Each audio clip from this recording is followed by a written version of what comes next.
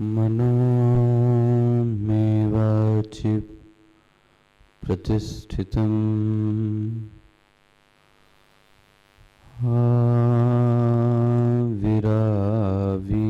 आविराविर्मयेदि वेदस्य ममार्निस्तः श्रुतं मे मा प्रहासीः अनेनाधीतेन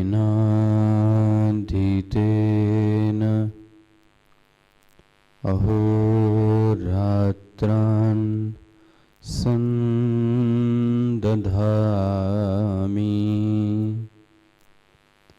ऋतं वदिष्यामि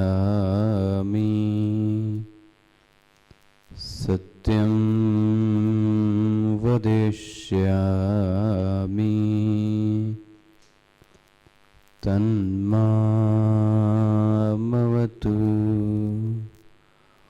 तन्वक्तारमवतु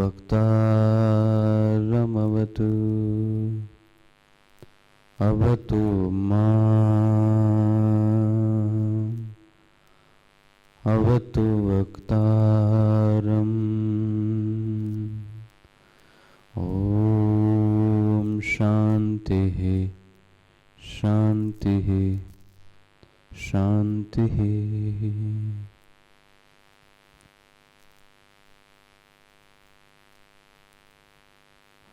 शंकरं शंकराचार्यं केशवं वादरायणं सूत्रभाष्यकृतौ वन्दे भगवन्तौ पुनः पुनः भगवन्तौ पुनः पुनः।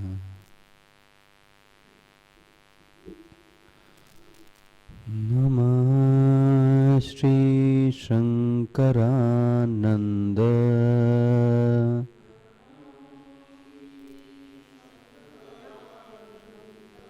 नमः श्री शंकरानंद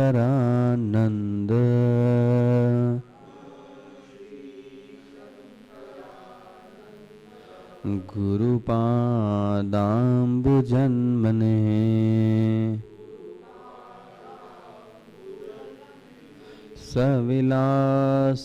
सविलासमहामोह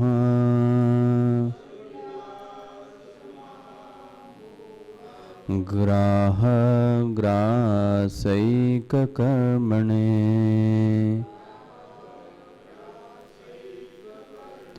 नमः श्री शंकरानंद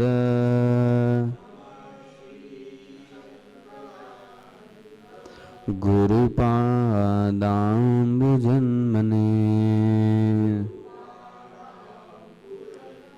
सविलासमहामोह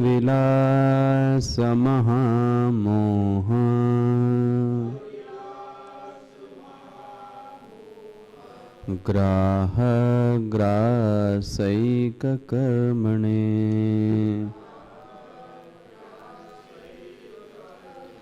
ग्राहग्रासैककर्मणे। कल मैंने आपसे विद्यारण्य स्वामी जी के बारे में निवेदन किया। मैंने आपको निवेदन किया, ये श्रृंगेरी पीठ के शंकराचार्य थे और उस समय का एक बहुत बड़ा प्रख्यात नगर था विजयनगरम, उसके प्रधानमंत्री भी रहे विद्यारण्य स्वामी जी।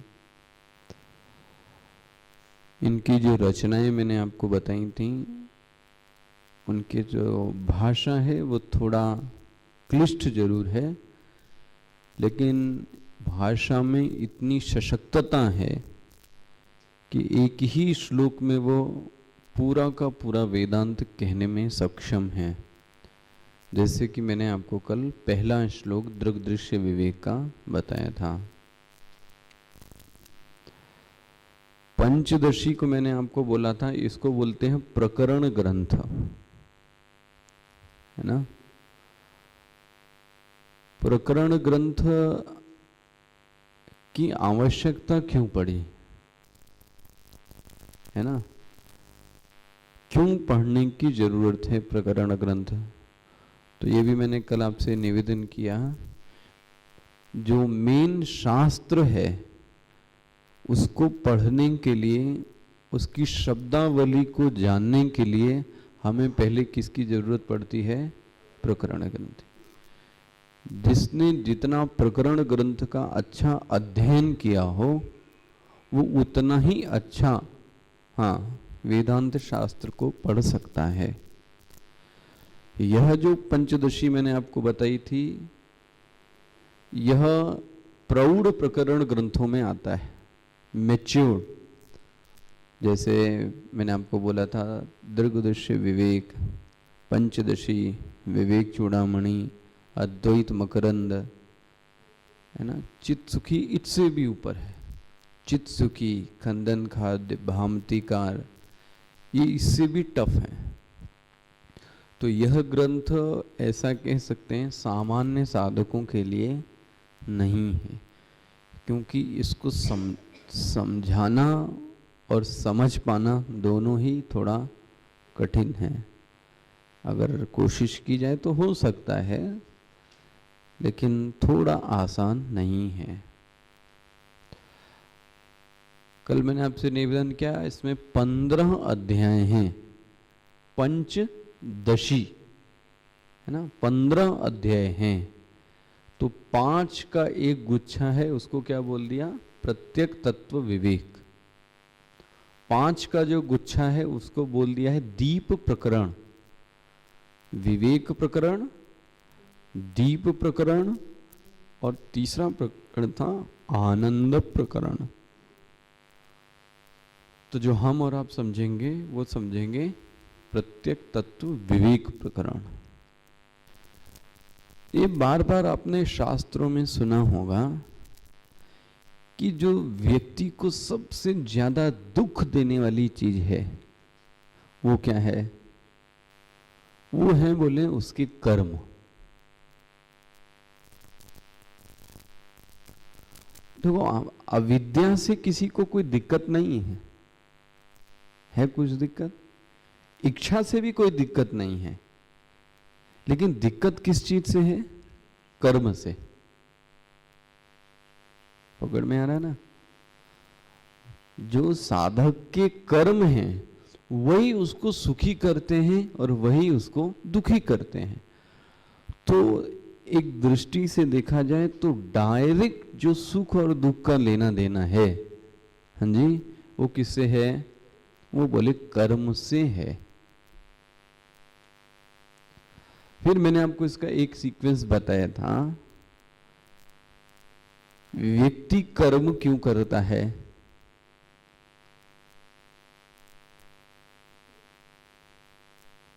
ना? कर्म करने का हेतु क्या है? और सोच लो।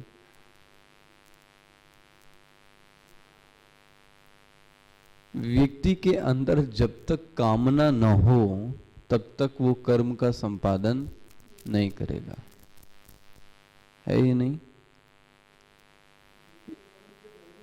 हाँ, इसीलिए इसको क्या कहते हैं, मैंने पढ़ा, नहीं कश्चित क्षणम अपि जातु तिष्ठत्य कर्म कृत। जीव की ये नियति है कि उसको एक क्षण बिना कर्म के तो वो क्यों नहीं रह सकता? क्योंकि उसके मन में क्या है? बहुत सारी कामनाएं। मतलब कामना शून्य जो होना चाहिए चित्त, वह तो नहीं है या नहीं? आप देखो, सिर्फ कामना शून्य एक ही स्थिति है। कौन सी? सुषुप्ति। अब जरा तुलना करना, कामना शून्य सिर्फ एक ही स्थिति है, सुषुप्ति। और जहां पर कामना है वो कौन है?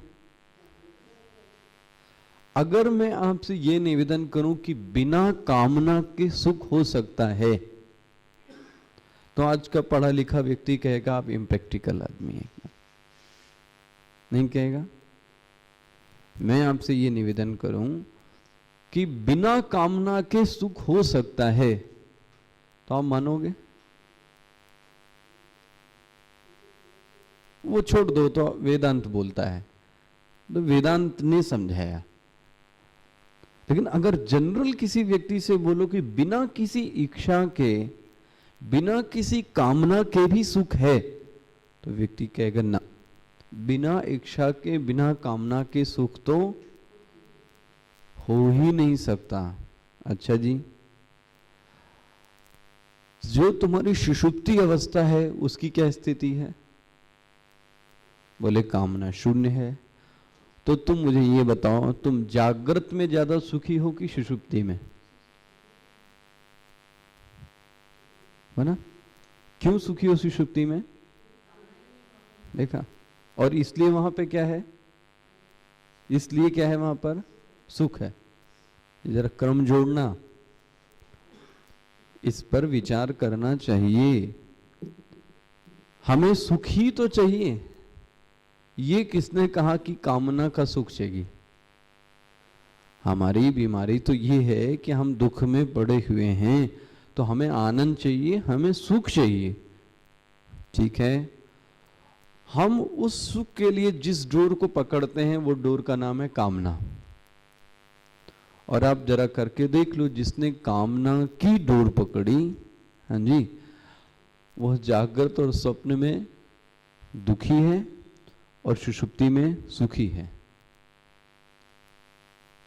तो एक बात यदि कोई मनन करे, चिंतन करे, तो ये अब आपके जीवन में दृढ़ संकल्प बन जाए। क्या चीज? कि बिना कामना के भी सुख हो सकता है। फिर से बोल रहा हूं, बिना कामना के भी सुख हो सकता है। इसी को बोलते हैं ब्लिस। ब्लिस, इसको क्या बोलेंगे आप? आनंद से थोड़ी ऊंची स्थिति, डिवाइन।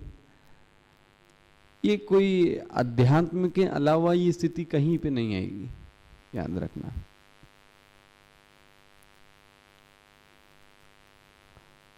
तो हम उस स्थिति में जाने का मार्ग क्यों नहीं ढूंढते जहां कामना नहीं है?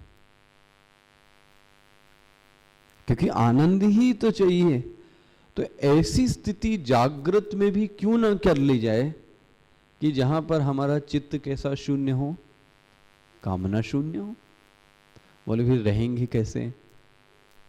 इसके लिए भगवान ने बोला योगक्षेमम वहामी अहम। तुम्हारे करने से होता क्या है? अच्छा, तुम ये सोचते हो कि मेरी इच्छा से होगा, तो तुम आज तक ये बताओ तुम्हारी इच्छा से कितना काम हुआ है? बोले कुछ भी नहीं हुआ है। तो फिर आगे क्यों सोचने का काम कर रहे हैं? मैं हूं ना, बोलता है व्यक्ति। मैं उस काम को संपादित करने के लिए मैं करूंगा। तुम तो क्या करते जाओ? इस स्थिति की ओर प्राप्त होते जाओ, प्राप्त होते जाओ। खैर, अच्छा, ये कामना का भी जो हेतु है वो क्या है? यस, अविद्या। अब ये बात पचे या ना पचे, कामना उसी के मन में आती है जिसके मन में अज्ञान है। हाँ, यस, बीमारी तो यही है ना। तो इसीलिए तो सभी लोग, कोई बोलते हैं सभी लोग सुखी हैं, सभी बोलते क्या है? सभी दुखी हैं। तो सही है, क्योंकि अविद्या का फल ही क्या होगा? इसलिए तो आप प्रार्थना करते हो। क्या प्रार्थना? सर्वे भवन्तु सुखिनः। प्रार्थना इसीलिए कर रहे हैं क्योंकि आप अभी क्या हो? दुखी हो। भाई ये प्रार्थना नहीं करते दो हाथ दे दो, दो कान दे दो, दो पैर दे दो, ये कामना नहीं। ये कामना जरूर है, सर्वे सन्तु निरामयाः सर्वे भद्राणि पश्यन्तु। कामना क्यों? ये जो प्रार्थना की जा रही वो क्यों? क्योंकि हम सभी के सभी क्या हैं? दुखी हैं, दुखी आत्मा। हेतु समझना इसका क्या है। अविद्या, जिसके चित्त में अविद्या आ गई उसके चित्त में कामना आ गई। जिसके चित्त में कामना आ गई वो क्या करेगा? कर्म करेगा। तो इसलिए आपने देखा होगा वेदांत ये शब्द बहुत यूज करता है, अविद्या काम कर्म, जोड़ी है इनकी, अविद्या काम कर्म। मतलब क्या हो गया? पूरी लाइफ सिमट गई कि नहीं सिमट गई आपकी? अविद्या, अविद्या जिसके पास है उसके पास कामना तो होगी ही होगी, और जिसके पास कामना होगी हाँ वो कर्म करेगा ही, और कर्म करेगा तो फिर चलो जी बन गया दूसरा ट्रैक या नहीं। वेदांत ये चाहता है आप कर्म करो, क्योंकि आपने अभी बोला ना कि हम कर्म के बिना नहीं रह सकते, लेकिन कर्म करो, लेकिन क्या मान के करो? पहला छोटा एक है कि मतलब छोटा मतलब साधक की अभी इतना मेच्योर्ड नहीं है, तो वो ये सोचता है कि मैं भगवान के लिए कर्म कर रहा हूं। ये छोटा अप्रोच है, क्योंकि आपको भी पता है ये अप्रोच ज्यादा दिन तक रहता, मैं काम करने वाला हूं। अप्रोच तो कौन आता है? यही आता है, पता ना। दूसरी एक स्थिति जो ज्ञान की है वो ये कहती है मैं काम करने वाला नहीं हूं। कौन कर रहा है? पता नहीं आज 5वें अध्याय में है या नहीं। गुणा गुणेषु वर्तन्ते, ये लाइन आपने सुनी होगी बहुत बार। क्या वो शब्द है? गुणा गुणेषु वर्तन्ते, मैं काम नहीं कर रहा हूं, गुण गुण में वर्तन कर रहे हैं। मतलब क्या हुआ? देखो जी ये जो आपका शरीर है वो भी किससे बना है? त्रिगुणों से। सत्व रज तम मैंने पढ़ाया था ना। सत्व से ज्ञानेंद्रियां और अंतःकरण, रजस अंश से कर्मेंद्रियां और प्राण, तमस अंश से ये शरीर। तो शरीर का भी मसाला कौन है? त्रिगुण। ये जगत का भी मसाला कौन है? बोलो जी, त्रिगुण। कहने का तात्पर्य क्या है? ये त्रिगुण किसमें वर्तन कर रहा है?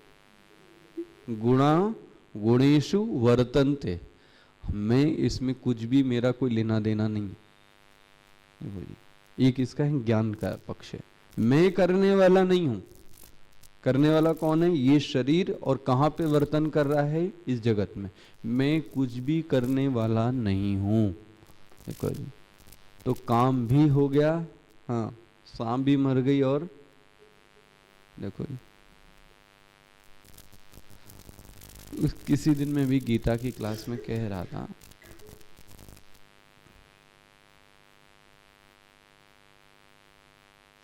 इसमें सबसे बड़ी जो देखने वाली बात है वो क्या पता है? यदि कोई व्यक्ति यह मान के करता है कि वास्तव में मैं कर रहा हूं, फिर से बोल रहा हूं मैं वास्तव में कर रहा हूं, वो व्यक्ति समझ लो बंध गया, वो गया काम से। अहम ना भी आए, अहम ना भी आए तो भी सुख और दुख से क्या हो गया? मतलब अगर उसके अनुरूप फल आया तो सुखी हो गया, प्रतिरूप फल आया तो फिर, तो ध्यान रखना, कर्म कर रहा है लेकिन क्या मान के कर रहा है? नहीं नहीं, वो ये मान के कर रहा है कि जो कर्म कर रहा हूं वो सचमुच में मैं कर रहा हूं। लेकिन कर्म किया जाए और झूठ मान के किया जाए। झूठ मान के मतलब किया जाए लेकिन सच में ना किया जाए।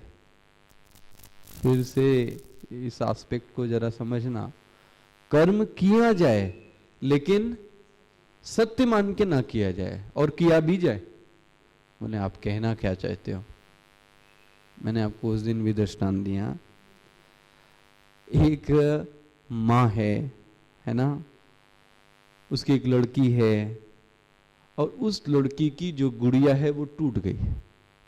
अब वो क्या करने लगती है? बच्ची रोने लगती है। उस रोने को चुप कराने के लिए माँ क्या करती है? खुद रोती है, नहीं रोती? और क्या कहती है कि तेरे गुड्डे की शादी करा दूंगी, तुझे दूसरी गुड्डी ला दूंगी, ये तो मर गई, चलो इसको ऐसा कर दो। इतना रोती और गाती है। बट क्या उसका वो रोना और गाना ठीक है? आप बताओ, रोना सच है या नहीं? हाँ, सच में है या नहीं? बच्ची के सामने तो कहे, लेकिन आपको पता है अंदर से वो रो, और उसका फल क्या हुआ? बच्ची हो गया ना। इस तरह इस कथा को जरा ध्यान से देखना। बच्ची रो रही थी, हमने रोया भी, बच्ची को समझ में आ गया कि माँ भी रो रही है, मेरे दुख में शामिल भी है, मेरे सुख में भी शामिल है, लेकिन अंदर से माँ रो नहीं रही थी। बच्चे का गुब्बारा फट गया, लेकिन इसके बाद भी आप दुखी नहीं हुए। ऐसे ही समझ के हम और आप कर्म क्यों नहीं कर सकते? कैसा है? जैसे मां ने किया, कर्म किया, लेकिन ये मान के किया कि ये कर्म सत्य नहीं है, तो ऐसे कर्म करने से वो बंधती भी नहीं है। हाँ, जगत का भी काम हो गया और मैं भी लिप्त नहीं हुआ। लेकिन सबसे बड़ी बात ध्यान रखनी है, यह वृत्ति होना कि मैं वास्तव में कर्म नहीं कर रहा हूं। यह आसान बात नहीं है। हम और आप ज्यादातर जो कर्म को सच मानकर करते हैं, जिसने सच मानकर किया वो फंस गया, जिसने झूठ मानकर किया वो बच गया। देख लो।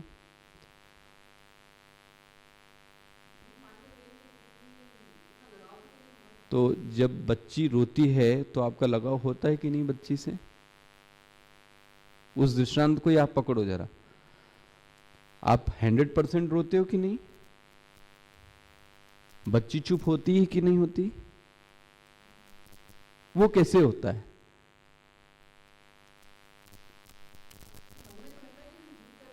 हाँ, ऐसे ही यहां कहा जा रहा है कि हमारा किसी से कोई लेना देना नहीं है।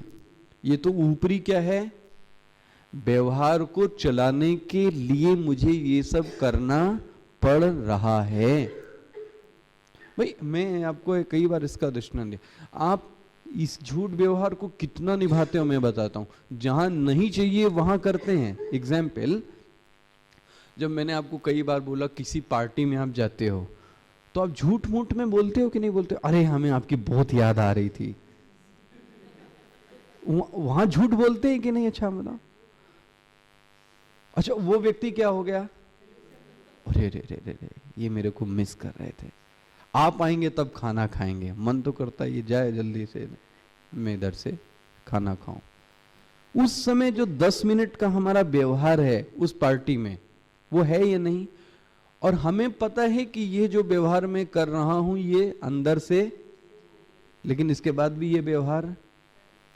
तो मैं कहता हूं जहां करना चाहिए जगत में, जिस परिस्थिति में, वहां क्यों नहीं कर सकते? ये बात कि ये सब कुछ होते हुए भी वास्तव में मैं ये सब सत्य कर चल रहा है, बस ठेलम ठेला, ठीक है हम भी उसमें चल, लेकिन अंदर भान क्या रहना चाहिए?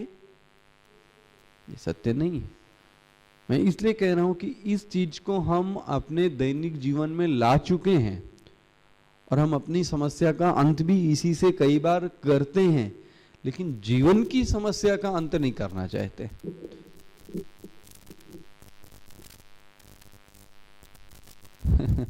जब पड़ोसी मरता है तो आप क्या करते हो?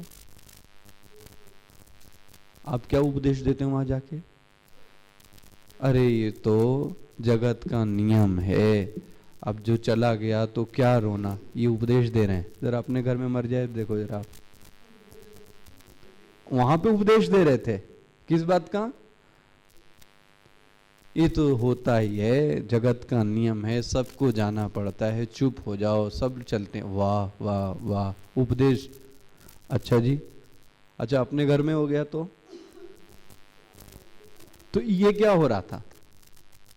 मतलब हमने व्यवहार को चलाने के लिए, दूसरे को तृप्त करने के लिए, अपने व्यवहार को और अच्छा करने के लिए वहां पर उसको क्या कर दिया? चुप कर दिया। लेकिन हमने जो बोला, क्या हम उसको वास्तव में जी रहे थे वहां पे?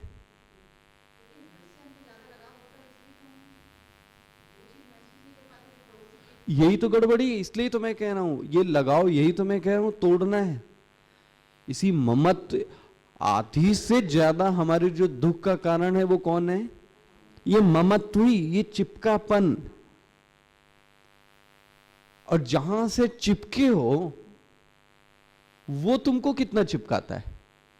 जरा ईमानदारी से ये तो देखना, जहां से हम चिपके हैं वो चिपकने वाला जो दूसरा व्यक्ति है, पदार्थ है, परिस्थिति है, व्यक्ति है, वस्तु है, वो हमसे चिपका है या नहीं? और आप सही में एनालिसिस करोगे पता चलेगा वो नहीं चिपका है। कौन चिपका है? मैं चिपका हूं। लो जी, ये दुनिया में ऐसे एक दूसरे को बेवकूफ बना रहे हैं हम सब। हाँ, एक दूसरे को बेवकूफ ऐसे ही बना रहे हैं। अब अच्छा, हालांकि जीना पड़, मैं तुम्हारे बिना नहीं जी सकता। 10 दिन बाद रोटी खा के सब पिकनिक मनाता है, नहीं मनाता है? उसको भूलना ही पड़ता है, उसके सिवा आपके पास कोई चारा नहीं है। वो बहुत कम लोग होते हैं कि उनके भी प्राण निकले तो हमारे भी प्राण। ये प्रेम कितने लोगों के बीच में है? हमारे पति पत्नी की बात तो करते हैं, असली पत्नी पक्षियों में होता है। मैं आपको बताऊं, और मैंने देखा एक तोते के साथ, मैंने अपने प्रत्यक्ष देखा है। एक तोता था, वो हमारे घर के सामने रहता था पहले। उनके जो मालिक थे वो बहुत बीमार हो गए 2 साल से। तोता 2 साल तक तो रहा, और जैसे ही वो मरने वाले थे उसके 1 दिन पहले उस तोते ने प्राण त्याग दिए। फिर चिड़िया थी वहां उनके घर में बहुत सारी, उन चिड़िया ने उनके मरने के बाद नहीं त्याग दिया। ये सचमुच में है, ये याद रखना।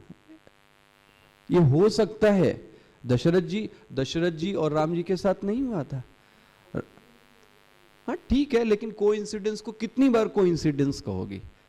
हमारे इतिहास में तो ऐसे ऐसे उदाहरण हैं कि आपको साक्षात दिखाई दे सकते हैं कि राम के जाने के तुरंत बाद दशरथ ने क्या किया? नहीं प्राण त्याग दिए। ये सामर्थ्य अंदर है व्यक्ति के, उसमें कोई किसी को क्रश करना या चाकू मारना इसकी कोई नहीं है। इतनी तीव्रता होती, व्यक्ति अधीर हो जाता और बैठे बैठे क्या करता है? अपने प्राण छोड़ देते। अब वो पति पत्नी तो वो भी थे, पिता और पुत्र वो भी थे, और हमारे भी आजकल देखो जरा आप कितनी तीव्रता है। हम जिससे चिपके हैं वो हमसे कितना चिपका है? हाँ अभी भी है, जो सचमुच में हैं, हमारे वृद्ध लोग हैं उनमें है अभी भी। वो कोई आत्महत्या नहीं कर रहे हैं, याद रखना। मैं सती प्रथा नहीं हो रहा है कि मैं जाके आग में घुस गई और आग में घुस के जाकर मर गई, ये भी नहीं है। वो बैठे ही बैठे अपना क्या करते हैं? प्राण त्याग दे, खत्म। और त्याग क्या, वो अपने आप ही क्या होता है? प्राण उसके निकल जाते हैं, त्यागना भी नहीं पड़ता है। जानवर ऐसा कर सकते हैं जहां ट्रू लव है। हमारे और आपके बीच में वास्तविक प्यार, जो प्यार है वो स्वार्थ का प्यार है, तो सच्चाई यही है। तो जब मैं यही कह रहा हूं, हमारी परेशानी की जो जड़ है वो हमने खुद क्रिएट की है। किसी व्यक्ति के पीछे कांटा चुभ रहा है, वो कांटा किसने लगाया है? तुम्ही ने लगाया, और तुम ही उस कांटे से चिपके हुए हो। कोई कांटे से निकलने की कोशिश भी कर रहा है, लेकिन तुम किधर जाना चाहते हो? कांटे के। ये ममत्व ही एक ऐसी चीज है इसलिए मैं आपको एक सबसे अच्छा उपाय बताता हूं, जिससे आपका ममत्व है ना, उसकी परीक्षा ले लो। आप उसकी एक परीक्षा ले लो। तो इसका मतलब हम खुद भूल में रहना, इसका मतलब हम खुद ही ये चाह रहे हैं कि यस इनवाइट कर रहे हैं, हम जीवन भर रोते रहें। हाँ, तो इसीलिए मैं कह रहा हूं जरा सच्चाई तो देख लो, सब ढोलम पोल है। यही मैं कह रहा हूं, जरा सच्चाई तो परख लो, हम कितना एक दूसरे को बेवकूफ बना रहे हैं। लेकिन कम से कम हम अपने प्रति तो सतर्क हो जाएं कि ये जो व्यवहार कर रहे हैं हम बेवकूफी का नाटक कर रहे हैं, एक दूसरे को जितना समय दे रहे हैं, एनर्जी दे रहे हैं, ये सब फालतू की दे रहे हैं। कम से कम एक व्यक्ति से, एक ईश्वर से अपने जीवन को सफल बनाने के लिए तो कुछ कर लें, क्योंकि बहुत कुछ कर लिया, देख तो लिया हमने। लेकिन नहीं, वो बेवकूफ बनाने में हम भी बेवकूफ बनते हैं और हम दूसरे को भी, बस खत्म। इसको लाइफ नहीं कहते, इसको मूर्खता कहते हैं। जो आपको शरीर दिया गया वो इसीलिए दिया गया था क्या? सोचो आप, ये शरीर इतना अच्छा जो दिया गया, मैं यही कहता हूं आप सोचो अभी इसी वक्त जो सीएचएल अपोलो में, बॉम्बे हॉस्पिटल में जो तक कराह रहा होगा, जिसके पास नहीं है, जिसकी एक आंख नहीं है, हाथ कट रहा है, पैर कट रहा है, वो शरीर से कुछ श्रवण नहीं कर सकता, मनन नहीं कर सकता। वो ये कहता है भगवान किसी तरीके से हाथ जोड़ दो, पैर जोड़ दो, अब मैं ठीक से रहूंगा, ठीक से काम कर। और हमारे पास ये सब देने के बावजूद हम क्या लग गए हैं? बेवकूफ बनाओ। जब आप ये पक्ष सोचोगे तो आपको एक बात तो समझ में आ जाएगी। पहला, मैं इस जगत को छोड़ के भाग नहीं सकता या भाग नहीं सकती। This is first. नहीं भाग सकते, नहीं, कहां भागोगे? घर छोड़ोगे तो आप किसी के घर में तो घुसोगे, जहां जाओगे वहां ममत्व पैदा कर लोगे। भाई यहां से छोड़ा तो वहां एक कुत्ते को छोड़ा तो दूसरा कुत्ता पकड़ में आ गया, यही तो होगा, और क्या होगा इससे ज्यादा। इसलिए पहली नियति हमें ये स्वीकार करनी चाहिए, हम जहां पर हैं, हम जैसे हैं, हमको वहीं पर ये चीजें पैदा, ये बदलने से होने जाने वाला कुछ नहीं है ना। ये मत सोचो कहीं किसी लोक में कहीं जाकर कुछ समय बाद ऐसा होगा, कुछ नहीं होगा। वहीं पर रहकर इस समस्या का समाधान करना है ना। तो फर्स्ट तो ये हो गया, कहीं नहीं जाना, कहीं नहीं आना, उसी परिवार के बीच रहना। This is first. सेकंड, ये ऑप्शन आपके हाथ में कि परिवार के साथ अपने संबंध कटुपूर्ण रखो कि मित्रपूर्ण रखो। आपके हाथ में। नहीं बोले मैं मित्रपूर्ण रखूंगा, वेरी गुड, यही साधना कहती है। तीसरा, सत्य को जानकर। मैंने अभी बच्ची का दृष्टांत दिया, ये इसीलिए दिया, इसीलिए इसको पकड़ के रखना। सत्य को जानकर व्यवहार करो। मैं इसको कई बार गीता में पढ़ाते समय बोलता हूं, हमें कर्म करने के पश्चात ज्ञान होता है, नहीं होता है। मैं कह रहा हूं ज्ञान के पश्चात कर्म करो। ये जरा इसको जीवन में जीने की कोशिश करो। ज्ञान के पश्चात कर्म करो, कर्म के पश्चात ज्ञान मत लो। वो पहले से ही शास्त्रों ने बता दिया है। भाई मैं एक बच्चे को बताता हूं कि इसको मत छुओ, लेकिन वो क्या कहता है, तो फिर छुओ, और फिर क्या लोगे तुम? लेकिन ये मूर्खता हुई जब उस पाथ का एक पथिक पहले से ही बता रहा है। क्या चीज? कि ये काम करना ठीक, इस करंट को छूना ठीक। तो पहले ज्ञान, विवेक, और उसके बाद कर्म करो। जब ज्ञान के पश्चात कर्म किया जाता है तो उसको कर्म नहीं कहते, उसको क्रिया कहते हैं। और आप फंसे भी नहीं। ज्ञान पहले चाहिए, विवेक चाहिए, उसके फल का अंत पहले से ही आपको पता होना चाहिए, और फिर कर्म के क्षेत्र में उतर जाए। फिर करो ना कर्म, किसने मना किया? अच्छा, आप ऑपरेशन करते हो, आप मैनेजमेंट टॉक देते हो, आप उसके पहले क्या करते हो? पहले कर्म करते हो कि पहले ज्ञान होता है? हमें पहले से पता होता है कि ये नली और ये नली को जोड़ेंगे तो ऐसा होता, फिर हम क्या करते हैं? तो इसमें क्या आया? पहले क्या आया? इसलिए समाज में उसकी उन्नति है। लेकिन मजदूर वो क्या करता है? पहले जोड़ता है और उसके बाद अपने ज्ञान को क्या करता है? पुष्ट करता है। इसलिए वो बेवकूफ माना जाता है। जो व्यक्ति पहले से ही ये देख लेता है कि यस, इस संबंधों का फल ये होगा, तो मैं आपसे क्या निवेदन कर रहा हूं? काम भी करना है, ममत्व को भी निभाना है, सब कुछ करना है, लेकिन ज्ञान होना चाहिए। ज्ञान होने के बाद ये सब का संपादन बहुत अच्छी तरीके से किया जा सकता है। जैसे आप हैं और आपका एक पड़ोसी है, ठीक है, और वो पड़ोसी महादुष्ट और महानालायक है, ठीक है। एक ऑप्शन ये तो आप घर छोड़ के भाग जाओ, वो हम कर नहीं सकते। दूसरा ऑप्शन उसको भगा दो, वो भी नहीं कर सकते। तो तीसरा क्या बचा? आपको वहीं पे रहना है। Very good. अब क्या करना है? और वो महानालायक है, तो अब आप क्या करते हो? ऐसा व्यवहार करते हैं, पकड़ना जरा, मुझे पता है कि ये नालायक है, लेकिन इसके बाद भी हम उसके साथ क्या कर रहे हैं? किस लिए? क्योंकि बना के, क्योंकि उससे ज्यादा प्रॉब्लम आ जाएगी बना के, तो बना के रखना है। लेकिन हमारे मन में क्या चल रहा है? ये दुष्ट है।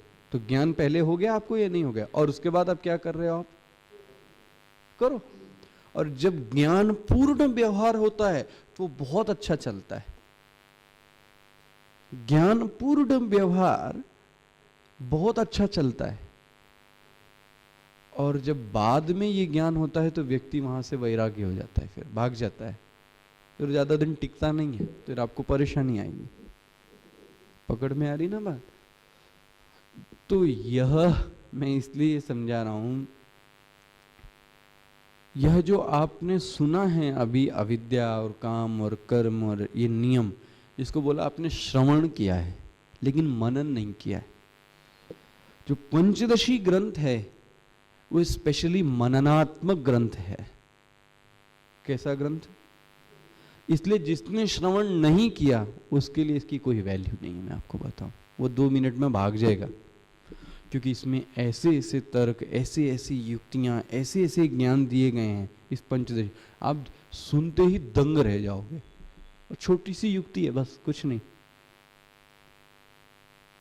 तो इस ग्रंथ को पढ़ने के लिए थोड़ा आपको तैयारी करनी चाहिए।